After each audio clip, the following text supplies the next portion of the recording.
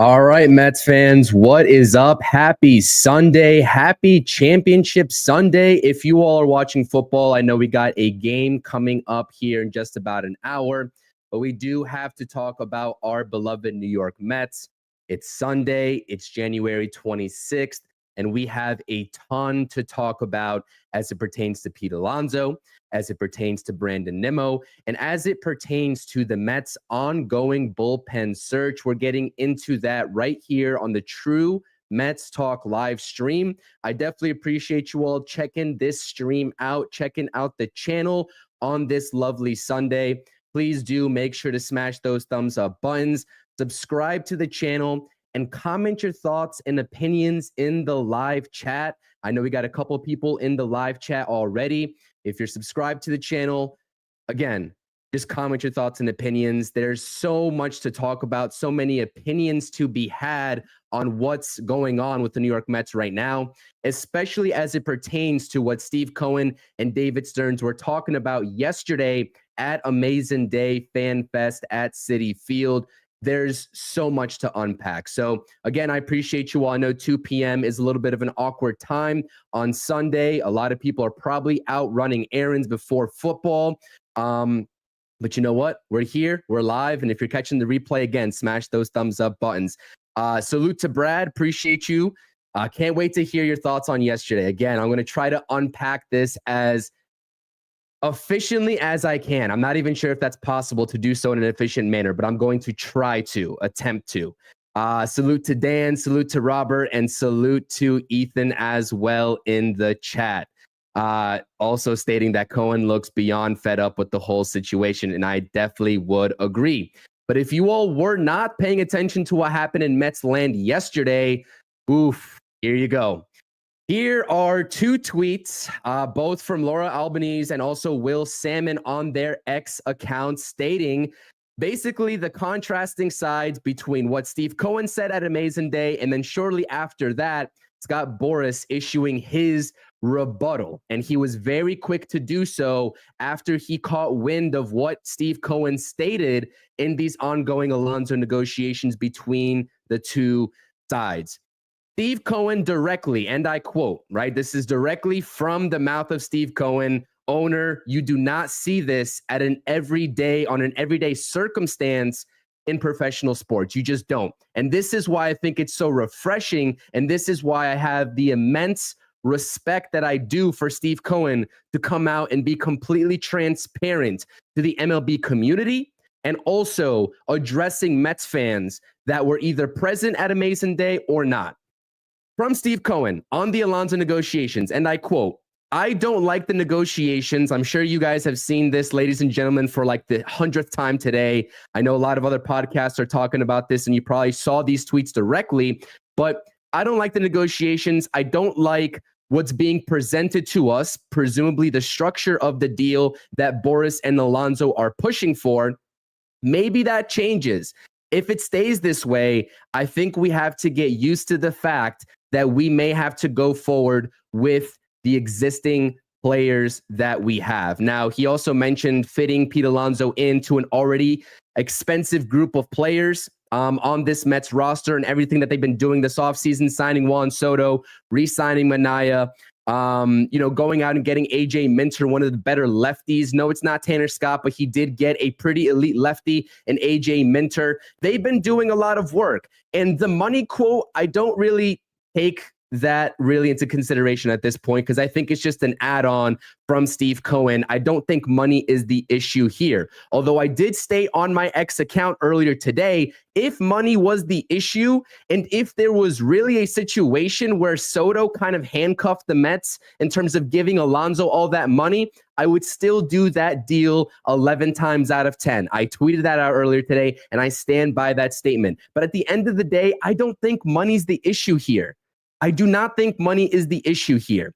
And I don't think that the AAV really is the issue between these two sides. And I'll get into that here in just a second, because we also have a different perspective and perhaps even a different report that actually Evan Roberts stated. And I'm not really sure if it's true or not, but it would make sense that what the holdup is between these two sides is a unique structure that Alonso and Boris were presenting to the Mets in that quote unquote exclusive deal. So I'll get into that here in just a second. But from the other side of things here, from Scott Boras, this is in a tweet from Will Salmon. And again, Scott Boras was very quick. He was very quick to react to what Steve Cohen said. It's almost like he got defensive and he had to put out a statement as soon as possible. From Scott Boras, Heat's free agent contract structure request are identical to the standards and practices of other clubs who have signed similarly situated or similarly qualifying offered all-star level players, okay? Nothing different here, just established fairness standards. So Scott Boras is saying from his side of things, he's trying to do right by his client, Pete Alonso, and he is also trying to do right by the Mets and negotiating a fair deal, negotiating in good faith. I don't know why I don't believe it. I don't know exactly what you all think of this, but I'm inclined to believe in this scenario, in this regard, the side of Steve Cohen and David Stearns. Just taking a look at the way that Scott Boras has dealt for the majority of his clients, there has to be a disconnect here. That's not years, that's not opt-outs, and that's not AAV. Because I've been adamant all along, that if the differential between Alonso and Boras and David Stearns and the Mets was a couple $1 million AAV, we know the deal was 3 years with opt-outs, anywhere between $68 to $70 million. Now we also know that it contained deferments, so present day value was around $70 million. And with deferments, you could probably assume that it goes up to 75, maybe even $80 million over 3 years. Okay. Now that's around $23.5 to $25 million AAV. And if you want to take this Boras quote and compare it, now there are similarities and differences. There are nuances to the situation of Freddie Freeman when he signed with the Dodgers back in 2022 at age 31, and now Pete Alonso trying to sign an extension with his respective team, the Mets, at age 30. You take a look at what Freddie Freeman is making, $27 million, but you also take a look at the season that he posted for the Atlanta Braves in a contract year in 2021. It's night and day different with the production level. Freddie Freeman, at that point, he hit 300, right? He hit 300. He hit 31 home runs. His OPS was approaching 900. And you compare that to Pete Alonso. Yes, the home runs were there. He hit 240. We all know Freddie Freeman is an elite defender at first base as well. He plays a pretty damn good first base. And Pete Alonso's OPS was sub 800. I mean, we're talking about night and day differences. So if you want to pull that out of your bag, Scott Boras, and compare similarities, and I'm not really sure if Freeman had a qualifying offer attached to him or not. Somebody can fact check me on that. But even still, that is a decent comparison at this point with where we're at with Pete Alonso. Now, if you told me and asked me last year, I would have said that it probably isn't a good comparison. But now that we're at this point, and we know, Scott Boras is telling us directly how he's trying to negotiate with the Mets as it pertains to Pete Alonso, well, you're going to have to compare exactly who he's comparing to. And also Matt Olson, right? Matt Olson also had multiple years of control left before he was traded and then inevitably re-signed by the Atlanta Braves, or extended, I should say. We take a look at the production level in 2021, even for Matt Olson, 39 home runs, an OPS that was above 900. I mean, those guys were producing elite numbers, a lot more so than what Pete Alonso produced in his contract season. So it doesn't really, seem to me as if Pete Alonso and Scott Boras are taking the decline in production over the past couple of seasons, as well as just this last season in a contract year, the decline seriously. They're not taking that seriously. And I understand Pete Alonso has pretty good playoff numbers. He's got 16 games under his belt in the playoffs. He's hitting around 275.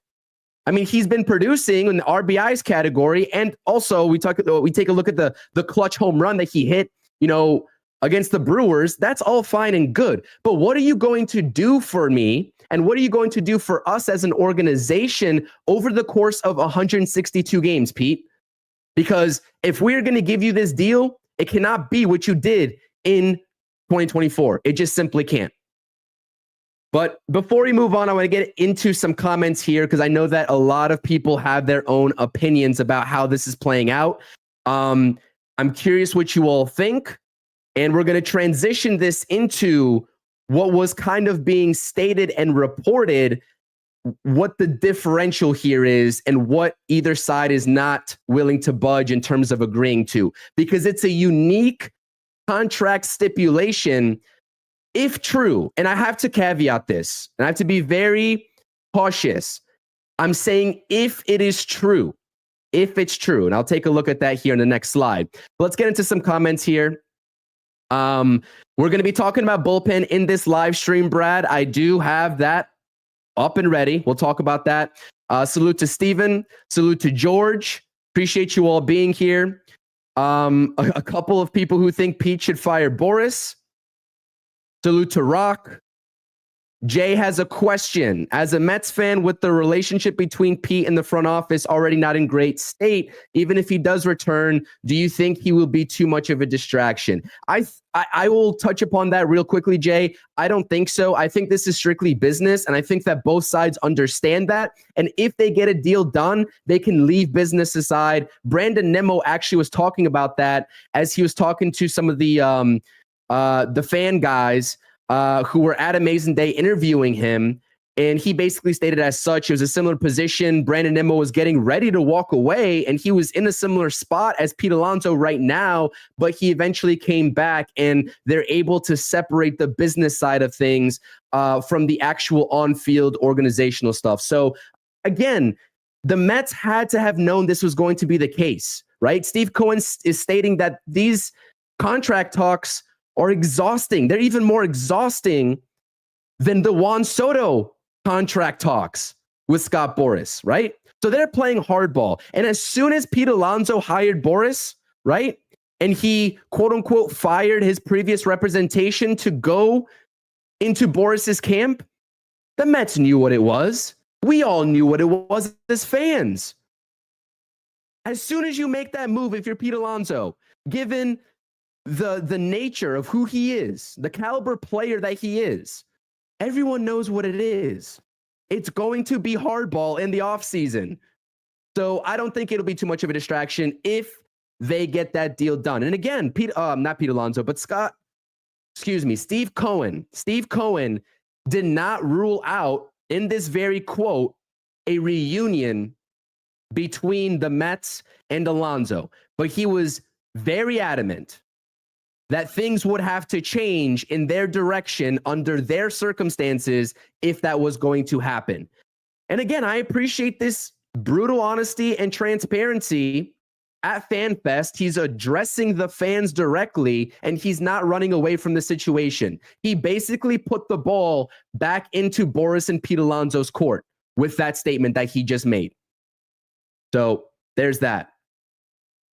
But let's talk about, and again, please continue to smash the thumbs ups. If you enjoy this discussion, if you enjoy the channel, subscribe. If you're new, subscribe. A lot of more Mets content between myself and Rob. I can't wait for the pregame streams and the postgame streams. We're going to be doing that all 2025, regular season, and hopefully playoffs long. So again, you do not miss out. Subscribe to the channel. I definitely appreciate you. But let's talk about this right here. This is important. And this is where I caveated. I want to make sure that you all understand that this is not an official report. This is coming from Evan Roberts and what he said on his podcast, I believe, yesterday, and what he heard, presumably, when he was at Amazing Day. I think he was there. I actually think he was the one that was interviewing Brandon Nimmo, if I'm not mistaken. Again, I was trying to keep up on social media. Hopefully I can make it to the next event because I would have loved to have been there. Just all the pictures on social media that I'm seeing right now is making me jealous. Is making me jealous because I wish I was there. But this is what Evan Roberts had to say. Evan Roberts claims that Scott Boras is apparently presenting these contract situations in a light, and the stipulation is if Pete Alonso opts out, because we know that both sides have already agreed to opt-outs, if Pete Alonso opts out, the Mets would owe him additional bonus money. And then Cohen complained specifically about the contract structure, so we're putting kind of two and two together. I have no idea if this is true. I just wanted to, because I think this is interesting. I think this is really interesting. Because if it is true, Pete Alonso's not coming back to the Mets.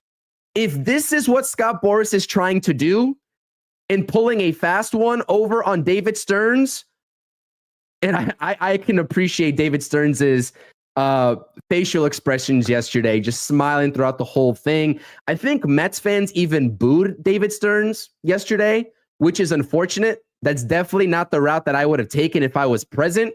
I understand that most of us, right, would like Pete Alonso back, right? And I know that there's half the fan base that doesn't, and now there's these kind of two sides at play here. But to boo David Stearns is a little bit much, in my humble opinion.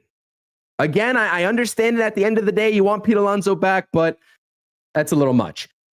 Let's talk about this, though. Let's talk about this very situation, this stipulation that Evan Roberts is throwing out there. This, if true, and I might say that 100 more times because I want to be very clear to you all that this is not an official report. I cannot take this as an official report, but I want to talk about it because it opens up a different perspective.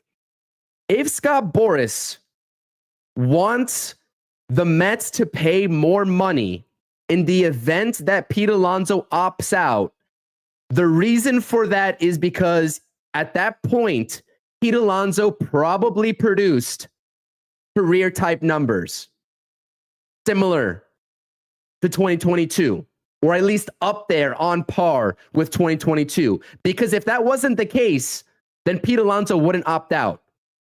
And this is what Scott Boras is trying to do. He is trying to get Pete Alonso the best of both worlds, the most protection possible.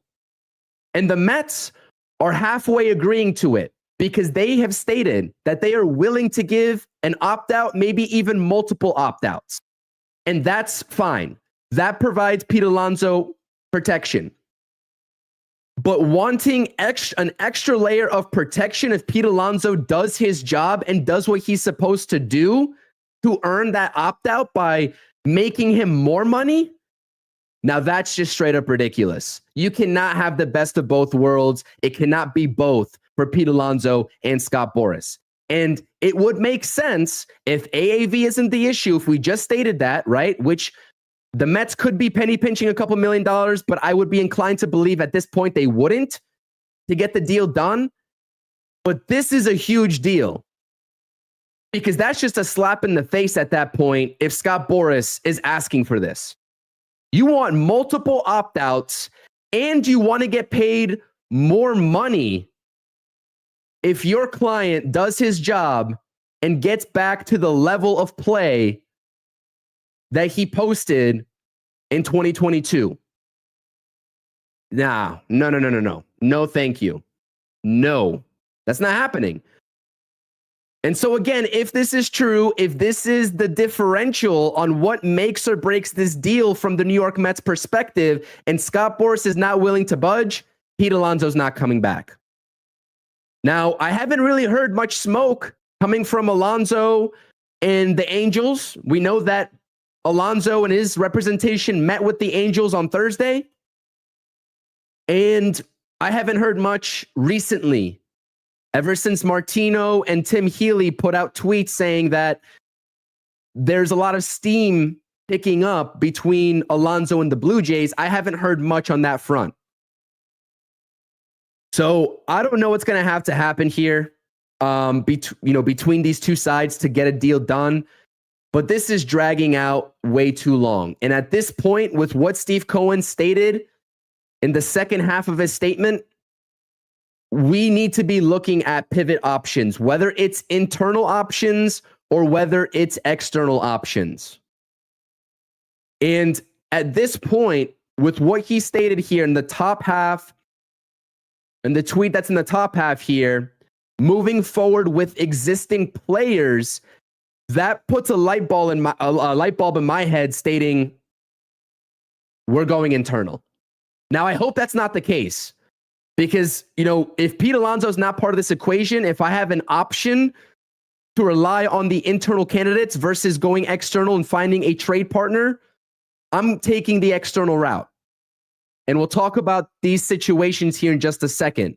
But this is kind of where my live chat poll, if you're in the live chat over on YouTube, you can vote on whether we believe enough in Brett Baty in 2025, given what we have seen the past 2 seasons from him. 50 games from Brett Baty in 2024 and I believe 108 in 2023. Combined in those last 158 games, 13 home runs. The combined OPS is probably bad. Not going to do the math. Same thing with the batting average. Same thing with pretty much every single offensive category you want to talk about. Brett Baty has probably been bad at. So do we have enough belief in him if the Mets are going to go down this external route, or this internal route, I should say? Let me know in the live chat poll what you all think of that.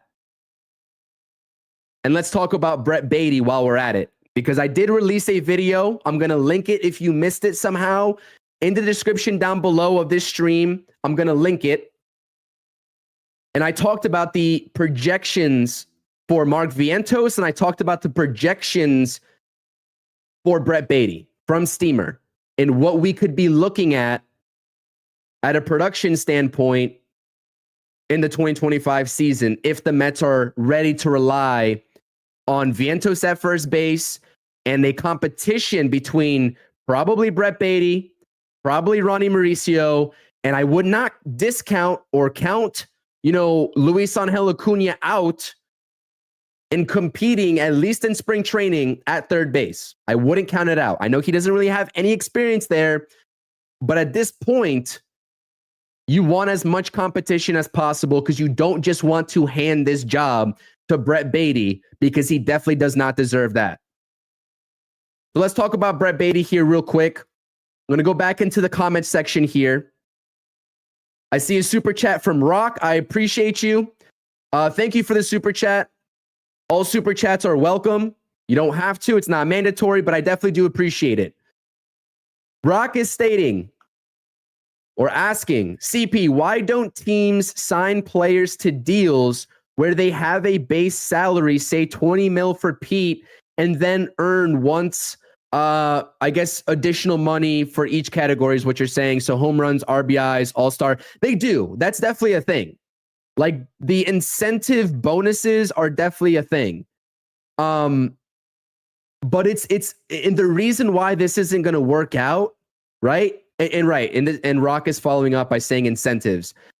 So the reason why this is not a thing and it won't be a thing for Pete Alonso is, again, going back to what we just saw in that one tweet, right? Coming from Evan Roberts. If that's the case, Pete Alonso and Boris don't want to take chances on Pete Alonso's production. They want the upfront protection if he doesn't perform, and they also, in the same realm, want the same protection if he does perform. So I don't even think incentives are an option here. I would love for that to be the case. Give him a $23 million incentive or base salary, like you're saying, Rock, and then add in incentives for all these categories. That's fantastic. But I think that's kind of living in a fairy tale land, so to speak, when you're dealing with Boris and Pete. So it's definitely possible, and you definitely see incentives in most contracts. And you also see this in football all the time. I mean, you get to week 17, one guy needs 2 tackles for bonus money, right? You see it all the time. I think Mike Evans also had that as well in terms of the receptions and the yards, bonus money, just this season. But you see this in baseball. It's just not as publicized as it is in football. because these guys are already making a ton of money as it is. So it's a good thought. I just don't think that if the Mets negotiate right in this capacity, the conversations aren't really going to go anywhere. Because I don't think Boris and Pete Alonso are going to want to do that. They want their money up front. And we also know that because they're not willing to take many, if at all, any deferments. That's also what held up the Mets' counteroffer to Pete Alonso's exclusive offer was the deferments. So that tells me that they want money up front. It's just hard. It's just hard to operate in that way. So good comment. Appreciate the super chat. All right, so let's talk about Brett Baty. Steamer projections are as such. 110 games for Brett Baty, which is interesting, right? You know, because if people thought that Pete Alonso was coming back, there's no way he's touching 110 games for the Mets in 2025. But there you have it. They're projecting him out to have 110 games under his belt, a 239 batting average, which still isn't really great, right? 49 RBIs. That's like an 8-hole hitter right there. 709 OPS. And anything that's positive, you know, in the weighted runs created plus category that's coming from Fangraphs at this point for Brett Baty is a plus. At this point, it's a plus. But the one unique thing that I wanted to like at least just touch on here, and I touched upon it in my video, if you all check that out, is I see 14 home runs being projected from or for Brett Baty. These are projections at the end of the day. This is an algorithm. I will admit that up front, right? So there's algorithms at play trying to predict what he's going to produce. But this is very unique. 14 home runs in 110 games for the same player that has only hit 13 home runs in his last 158 games. The math is not mathing with this at all. But I said it in the video. I'm going to say it again. The ground ball rate has to decrease. The hard hit rate has to increase. The swing path needs to change because he is selling out, right? He is prioritizing contact and weak contact at that and sacrificing a ton of power. And that power automatically comes back for some reason when he goes back down to AAA. I mean, we see home runs, we see doubles, we see opposite field, extra base hits, none of which we see on a consistent level at the MLB level. So something here has to change. Swing path, ground ball rate, everything of that nature has to change for Brett Baty. And I'm inclined to believe that this starts with the hitting coaches and recognizing that. And I'm not going to, I'm going to be brutally honest. I think the Mets also have hindered Brett Baty's development somewhere along the lines, especially in that transition when he got called up from AAA to the major leagues. The coaching, right? Something went wrong there. I don't know what it is, and I don't know why. I don't know who's at fault for it, but I feel like something went wrong there. So that's Brett Baty in a nutshell. His defense did get better, though. I will be fair to Brett Baty. His defense and what we saw in 2023, he had almost zero confidence defensively. It did get better in 2024. And if you take a look at the defensive runs saved, that will also tell you that story as well. But it's hard to compare, 100 plus games in 2023 to only 50 games in 2024. So I'm also just going to be brutally honest, and hopefully my microphone, is sounding okay. If I don't sound okay, let me know. I'll try to fix some settings here. But, I do not want to see Brett Baty start. I think that if we are seriously contending in 2025, I don't see a world where that's going to happen in the most efficient sense if Brett Baty is winning that starting job when he already had that opportunity to do so last season and he got overtaken by Mark Vientos. But on the flip side of things, which is what makes it so hard for the New York Mets, is that he also has no trade value at this point. So you'd be essentially letting him go for nothing, for no value. You'll get a reliever or a back-end starter at best for Brett Baty. And I don't think the Mets are willing to have that happen. So maybe they try to increase his trade value in the first half of the season. And maybe the Mets get to a point where they need to make a move for a major arm or a major bat. And Brett Baty, if he performs well in the first half, if Pete Alonso's not coming back, they're able to use him as that primary trade package piece. It's wishful thinking. It's really wishful thinking, which is why I don't want to take that chance and going the internal route. But that's what I can see playing out if they do, if they choose to do that. So, so much to unpack here. Let's get into some external options here. Keep smashing those thumbs up buttons. Hopefully you're enjoying the stream. Little Sunday Mets content for you all. Subscribe to the channel. I'm not sure if we have any new listeners, but please feel free to comment your thoughts and opinions and subscribe. Let's talk about the external routes, because I also talked about this in the video that I dropped this morning. I talked about Spencer Torkelson. I talked about Ryan Mountcastle. We can always still talk about Vlad Jr. in the scenario that Pete Alonso goes to Toronto. But Torkelson versus Mountcastle. Are we confident that the Mets are going to go down that route? Now, there was a report from Pat Ragazzo, Mets beat reporter for Sports Illustrated, just a couple days ago, stating that the Mets would be interested in pursuing Spencer Torkelson from the Detroit Tigers if Pete Alonso goes elsewhere this offseason. And I broke down the numbers. I broke down the outlooks of both of these guys. And the conclusion that I came up with is if the Mets go external for a replacement, I'd much rather have Ryan Mountcastle on this team. I would. More consistent of a player. More conducive to a win now mode team is Ryan Mountcastle. But the path is much easier to trade with the Detroit Tigers objectively for Spencer Torkelson.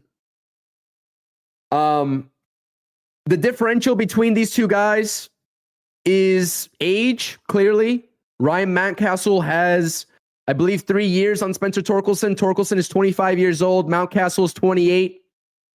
So in that sense, you have more control contractually with Spencer Torkelson. I think he has about 4 years of control left, whereas Mountcastle only has 2. He's got 2 more arbitration years before unrestricted free agency. The plus, the ceiling for either of these guys has to go in the favor of Torkelson, though, when you look at what he produced in 2023. But again, if we're talking about not trusting Brett Baty because he's a question mark, why would we trust in Torkelson to get back to his 2023 numbers? Why would we do that? And that's the problem that I have right now with watching Pete Alonso walk out the doors and having limited options left available. I don't think that means the Mets have to panic. I'm not trying to, I guess, insinuate that. I'm not trying to offer that up. The Mets don't have to panic. They're still in control here. And they are acting as if they're in control, and rightfully so, because they're not budging on the demands of Scott Boras and Pete Alonso. And maybe Boras and Alonso see that there's limited options and they're forcing the Mets' hands. And to that, I have to applaud Stearns and Cohen at this point for remaining true to their beliefs of what Pete Alonso should be making. But again, if the Mets go down this external route, Ryan Mountcastle, I'm not sure if the O's are going to make him available. I know they've got Kobe Mayo that they could put at first base. Mountcastle probably is their everyday DH at this point, not a first baseman, but he would play at first base every day in a Mets uniform, and you could just keep Vientos at third base if you were inclined to do so. Spencer Torkelson is also going to lose his everyday status in a Tigers uniform. They've got Colt Keith. They've been very adamant that they're moving him over to first base now that Gleyber Torres is in the fold at second base for them. And so they could be looking for some value back. Would you all, let me propose this. Given what we just talked about with Brett Beatty, if the Mets want to keep Vientos at third base, we know Vientos has been taking reps at first base. We know he played first base in 2023. I think 13 or 14 games worth of a sample size. I'm not saying that this is going to be the actual deal, but in a scenario where the Mets are serious about pursuing Torkelson, I'm going to propose this question to you all in the chat.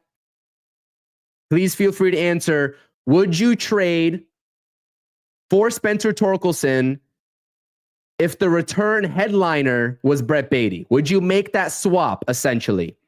It's basically one young player that has a potential to be an everyday player if they live up to the hype, but hasn't produced, for another player that's in the same boat with each respective team. And the Tigers wouldn't do that straight up. You'd need to attach another prospect, maybe another MLB ready guy, right? Nothing too crazy, but just as the headliners, Torkelson for Beatty. Would you do it? Yes or no? Just a thought. Just a thought. Get back into the comments here. My guy Darren from the Fat Boy Fadeaway Sports Podcast. Torkelson is very interesting. Former number one pick, upside, but strikes out too much. I know. Striking out too much is basically the name of the game for a lot of first basemen. It isn't the name of the game for Mountcastle, though, which is also why I prefer him. But it's a great point. I mean, Pete Alonso, he strikes out at 2% higher of a rate than MLB league average, and Mark Vientos strikes out at 7% higher over the league average. So it's a very interesting thought, and I see the Mets' thought process in terms of going down that route, but I'm just curious what the return would be. And Brett Beatty would make sense at that point, to be honest with you. He would make sense. Appreciate you, Skip. Thank you for tuning in. See, I'm trying to get to some of these comments here. Great comments. George, great stream, great chat. Thank you, CP. I appreciate you, George. Thank you. There you go, Ken. I answered your comment. I appreciate you being in the chat. It means a lot. Let's see here. Trying to get to some more of these comments. Dan saying Stearns and Cohen have been exceedingly fair with Pete. I definitely agree, 100%. Yandy Diaz. I've talked about Yandy Diaz on this channel, Christian, and I think I saw one of your comments as well about Yandy Diaz. But the last I heard, the Tampa Bay Rays were not making him available. They said he's off limits. He's not on the trade block. So not really much the Mets can do. That's not to say things change and the Rays make him available for the right price. But as of right now, from what I've heard, he's not available.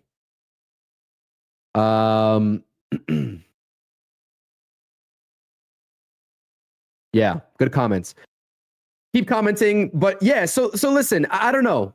I have no idea what the return would be in either of these scenarios. And again, the Orioles are a little bit more challenging to deal with at this point because their farm system's pretty good. You know, their infield, it looks pretty set to me.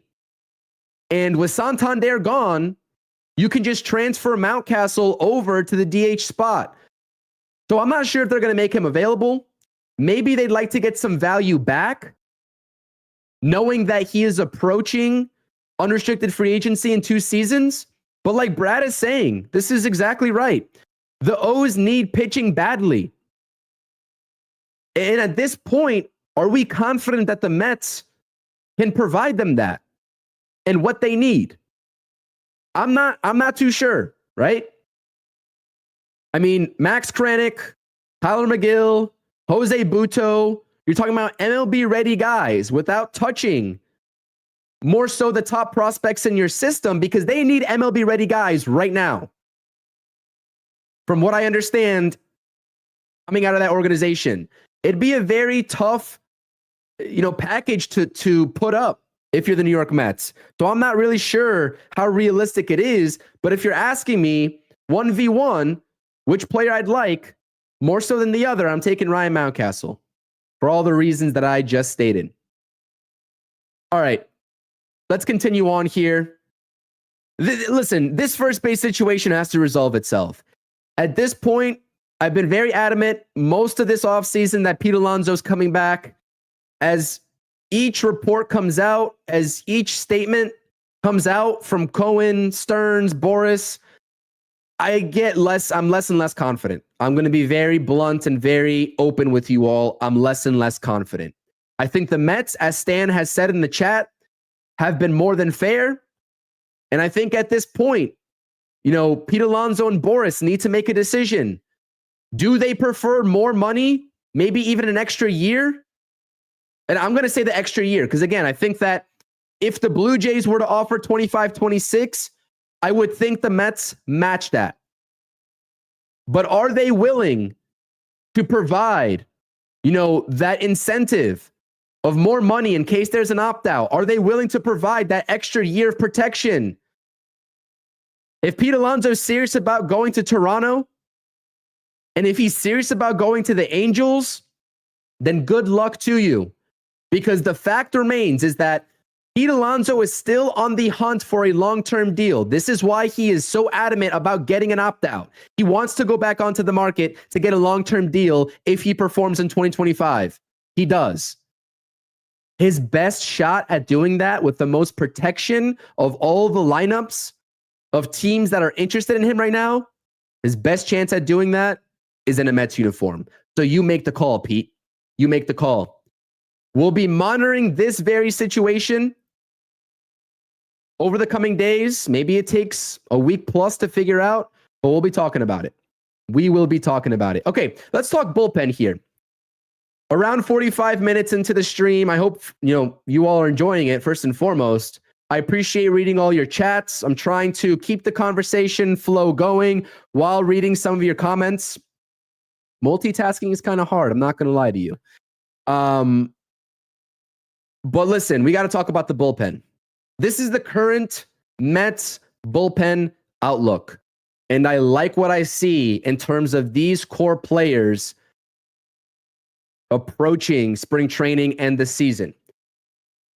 But they have some decisions to make, and spring training is going to tell us a lot about the names in red and white here. The names in green, right, are basically locks to make this bullpen unless there's an unforeseen injury or something else of that nature that happens. Those guys are locks in this bullpen. The guys highlighted in red and white are competing for spots. Now, keep in mind, if the Mets go to a 6-man rotation, some of these guys will be competing for a rotation spot, right? And the Mets are only going to have 7 bullpen spots to allocate. They're only going to have 7 spots to give out. And 5 of those, I'm telling you all right now, are already taken up by guys that are quote unquote locks. They are a lock for the bullpen. Edwin Diaz, AJ Minter, Daniel Nunez, Reed Garrett, Jose Butto. So who's going to round out this bullpen? Do the Mets need another free agent bullpen arm? I would love it. I would love it. I think that there's definitely room for another arm. Because when you're talking about Sean Reed-Foley and relying on his health, that's a wild card. Genesis Cabrera and Danny Young. If you're going to deploy a 2 lefty bullpen, That's competition right there in spring training between those two guys, because you already have your lefty in AJ Minter. If you want a second lefty, it's going to be between those two names. Because I don't see the Mets adding another lefty on the market. I know Colin Poche's out there. I think there's one more lefty out there. I know everyone wanted Tanner Scott before we got AJ Minter, but I'm forgetting who the other lefty is on the market. I don't have the list pulled up in front of me. But I think that it's going to be AJ Minter. That was the splash signing from the lefty standpoint. And then the second lefty is going to be this internal competition between those two names. But then you have Max Kranick, who everyone has seemed to forget about. He was competing for a rotation spot at the beginning or at the end of last offseason, going into spring training before he inevitably went down with an injury before the start of the season. Max Kranick is still at play, right? And then you have Tyler McGill and Griffin Canning to round things out that are going to be competing with Max Kranick. And they're also going to be competing with each other, which is why I have them in the same line, presumably for that last rotation spot. So a lot of competition, a lot of things that Stearns needs to figure out with the way that this roster looks come opening day when you have to dwindle down to 26 guys. And trust me, I'm going to be doing a roster projection. We're going to be talking about it. I'm sure Rob and I, just like we did last year before the season started, we did a whole hour and a half live stream talking about what our rosters or what we think the roster is going to look like. And we'll probably do it again. Just a heads up. So this is the current outlook. I really do think this is a strong bullpen on paper as a core. I think that if you really want to make this a fantastic bullpen, borderline elite, you add one more free agent on the market, right? And that's where we transition into right here. But everybody's favorite target in a potential re-signing of Ryan Stanek, I have some bad news for you. He hasn't signed officially, but Mark Bowman, I believe he covers the Braves, tweeted out yesterday that the Braves and Cubs are among the teams with interest in Ryan Stanek, per Bowman's sources. So I haven't heard anything linking the Mets and their interest to Ryan Stanek. I know the Cubs are pretty desperate for a reliever. This is going to get interesting. And if Ryan Stanek goes to the Braves, I'm going to be very sad. I'm going to be a sad Mets fan. Because I think Ryan Stanek, if he got brought back to Queens, could have a very good contribution in terms of the production level if you placed him in between these names in green. I think that it would be a perfect scenario. But you have other names available out there. If the Mets are truly looking into adding one more reliever, now, as it relates to Pete Alonso, as it relates to a reliever, as it relates to the starting rotation, and anybody that they pick up from here and into the start of the season, going back to the conversation that we had on our Mets Hot Stove live stream a couple days ago, we have to be cognizant of where the Mets are at in the current luxury tax payroll outlook. Per Fangraphs, last time I checked, they're at $293, maybe $294 million. That is $6 to $7 million away from that last threshold in terms of the surcharge penalties. Now, they cannot reset the tax. And I've seen some pretty false tweets coming out of the Mets community stating that the Mets can reset the tax for next year. Not possible. They're over it, and they're well over it. Not attainable. The only difference between staying at 293 right now and going past 301 is that the Mets would pay somewhere around 15% less in surcharge penalties. That's the only difference. Because this is, I believe, the third year that they're going over the luxury tax. So they're at the strictest of penalties at this point, unfortunately. And they'll probably be over the luxury tax for the next 5 seasons at least, if they keep on making the free agent signings that we all want them to. So there's no resetting of the tax. It's basically, does Cohen and will Cohen pay 15% more on top of the already existing penalty? Just to get that clear. But there's names out there. We've talked about a lot of them. I've released probably 3 different episodes talking about bullpen targets this offseason. David Robertson, and that reunion is out there. He performed very well. Even though he's 40 years old, he can still throw the baseball, and he showed that he could do it last season in a Rangers uniform. You've got Tommy Canley. He posted just a tad north of a 2 ERA last season in a Yankees uniform. Tommy Canley throws a changeup about 70% of the time. A little bit too much for my liking, but that adjustment is possible, in the discretion of Jeremy Hefner. So he's always an option. I'm not sure if MEZ's in the chat right now, but he was talking about Kenley Jansen. Kenley Jansen is coming off of, I believe, a 23 or 24 save season with the Red Sox. He's 36 going on 37, if I'm not mistaken. He's going to command a 1-year deal. Could he be an option? Jansen has been getting interest from the Cubs and the Blue Jays the last time I checked. His market's probably a 1-year deal, around $14 to $15 million. He's still pretty good. He posted a 3.29 ERA in a Red Sox uniform last season. David Robertson is going to command a 1-year deal as well, just strictly due to the age. Probably around $13 to $14 million. Do the Mets have one more reliever signing in their back pocket to finish out this offseason? Or are they going to rely on Max Kranick, Genesis Cabrera, Griffin Canning?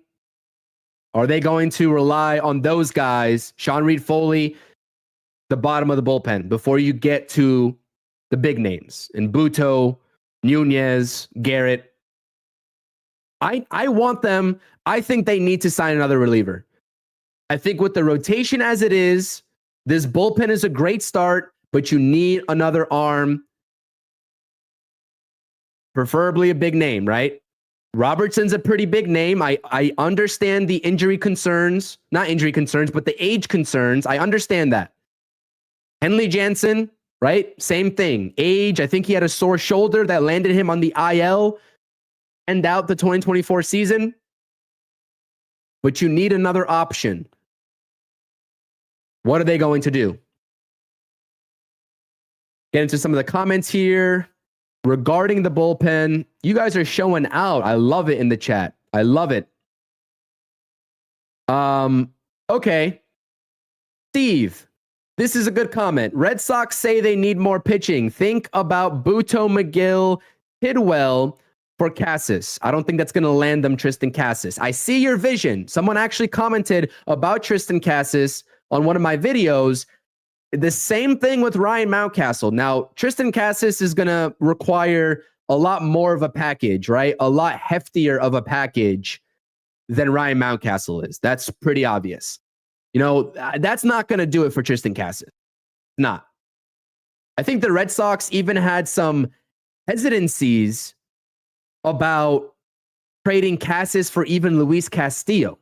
So if they're if they're hesitant about trading Cassis for Castillo, I'm not sure the Mets can offer anything that's going to get them to change their mind. And at this point, they're suitors for Bregman, but if they don't sign Bregman, then they need Cassis. Unless they come out of nowhere and offer Pete Alonso a contract, which I cannot see happening, they're going to need Tristan Cassis. So I don't think Tristan Cassis is on the radar of the New York Mets. I'm sure they would like it, for that to happen, but I don't think that it's realistic, so to speak. Ken is asking your honest opinion of Stearns. Guess Stanek wanted more than $1 million or 2 years. Listen, Ken, and this goes for everybody that doubts David Stearns. I have the utmost of understanding why everyone's frustrated with David Stearns. I understand it. I can't lie. Sometimes the philosophy frustrates me too. But I think that there's a method to the madness, right? I'm not going to agree with everything that he does. There are some things that I would have done differently, right? I want Pete Alonso back in a Mets uniform. I've been very adamant about that. But when you take a look at the differences, and I've seen this comparison, which is entirely crazy to me, from Mets fans that are very, they're a little bit short-sighted in my opinion, talking about how they wish, as crazy as it sounds, that we had Billy Epler back to get these deals done. If we're going to go down the route of just overpaying for each free agent just to get him in the doors in this organization, it's not going to work out. It's not going to work out. And we've already been handcuffed from a roster perspective because Billy Epler did what he did. We can talk about Scherzer, we can talk about Verlander. Okay. At that point, those guys were necessities, especially, right, with Jacob deGrom leaving. Starling Marte's contract. Are we confident in Starling Marte this year? Is he blocking a position right now for the New York Mets? Because nobody has shown a willingness to trade for Starling Marte. Nobody wants him around this league. So, yeah, I agree. David Stearns definitely has his philosophy, but I respect not needing the urge and having the urge to just overpay just to get these guys into the doors of this organization and taking advantage of this organization just because who the owner is. So that's a roundabout way of answering your question, but there it is. Stan saying there seems to be overwhelming support in the chat for bringing Stanek back. Yeah, I know this Mets fan base. I know all the subscribers on this channel are big Ryan Stanek fans. I'm a big Ryan Stanek fan. I would love to see him back in the Mets uniform. I think the fastball electricity and the combination of his secondary pitch, the splitter, gets a lot of swing and miss. I think it's lethal. I think it's he is legit. And I knew this because when I do my regular community poll tabs, I put out a poll stating, would you rather see Ryan Stanek back or would you rather go down the route of Robertson or Canley? There's one more name. I'm forgetting who I put in that poll, but the resounding majority voted for Ryan Stanek. So I have no doubt in my mind that people want to see Ryan Stanek back. And I'm not ruling out the probability or the possibility, I should say, of him coming back. All I'm saying is that the Braves and the Cubs are also interested. The Braves have remained quiet all offseason up until that Jurickson Profar signing. Are they looking to open the floodgates, so to speak, and build that roster out? They don't need much help, to be honest. That roster is in good standing, if healthy, but they're interested in a reliever, and the Cubs, who were unwilling to go the extra mile to get Tanner Scott, as we saw in those reports before Tanner Scott went to the Dodgers, they're also desperate for a reliever. So there's some hefty competition here for the New York Mets. Salute to you, Carlos, as well. Always appreciate you checking out the chat. Shout out my guy, Ibby. Hashtag Stanek Stans. Yeah, this fan base is filled with Stanek Stans. And there's nothing wrong with that because I also like Ryan Stanek. And that's the other thing here that Christian is pointing out is that he would be the cheapest option of anybody left remaining, right?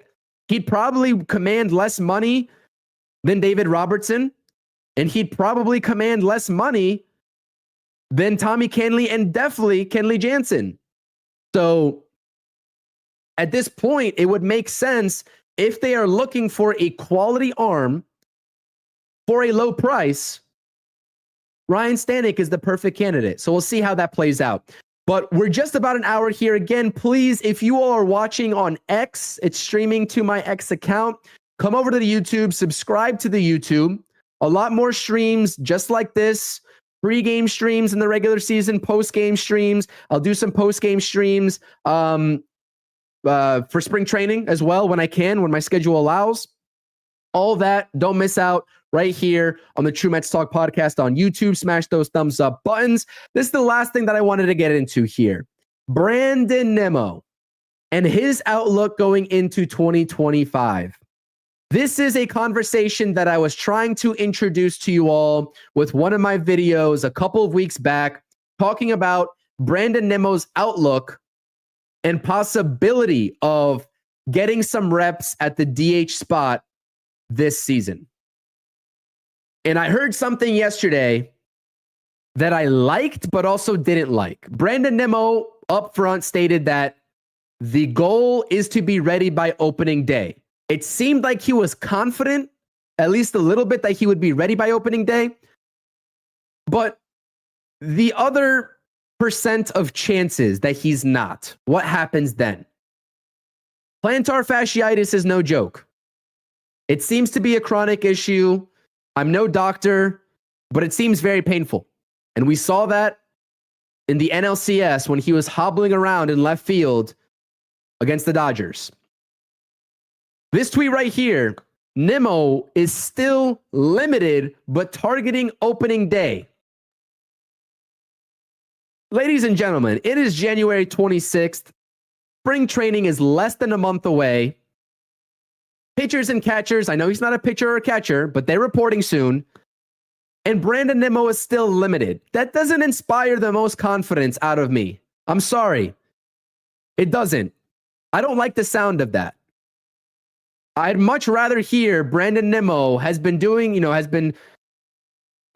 all activities that he can, and he'll be ready 100% by opening day. But there's no certainties here. There's no certainties. So I don't know what's going to happen here. I wanted to make you all aware of this as we talk about the outfield configuration. Maybe, just maybe, this is why the Mets were interested in Jurickson Profar. Because maybe they're a little bit worried about Brandon Nimmo. I'm still going to hold out hope that Brandon Nimmo is going to be okay when we circle back around to opening day and fast forward to it. But this isn't really the best news here. This isn't really the best news. And Patty's saying it too. Is this why Winker was signed? We could assume that Winker's going to have a role as a DH, but was he insurance, in case Brandon Nimmo isn't ready? And is he insurance? You also have Tyrone Taylor. If you want to put out the best defense possible, you'll have Siri in center field and Tyrone Taylor in left field. But this is concerning, man. I really am confident in a bounce-back season offensively from Brandon Nimmo. I really am, and I'm trying to speak it into existence. But maybe, just maybe, this is why they were interested in Alex Verdugo a couple of weeks ago.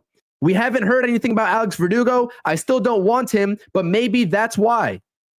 I believe the Pirates are actually interested in Alex Verdugo. Maybe this is why we heard the reports of them being interested in Jurickson Profar before he went to the Atlanta Braves. So I don't know what to make of this Nimmo situation. I hope he starts activities soon.